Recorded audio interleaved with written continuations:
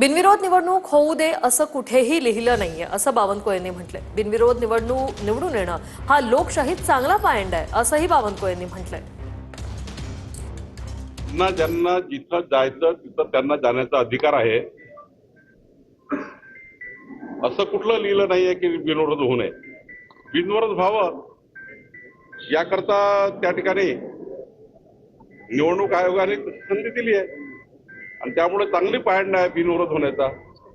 एखाद्या ठिकाणी निवडणूक होत नसेल आणि बिनविरोध होत असेल तर त्या ठिकाणी हा चांगला पायंडा लोकशाहीमध्ये आहे आणि चांगल्या पायंड्याने हे लोक निवडून आलेले आहेत, बिनविरोध आलेले आहेत। अनेक ठिकाणी मोठ्या मोठ्या ग्रामपंचायतीमध्ये बघा तुम्ही त्या ठिकाणी 3-3, 4-4 वेळा बिनविरोध होतात। बिनविरोध झाला म्हणजे काय झालं?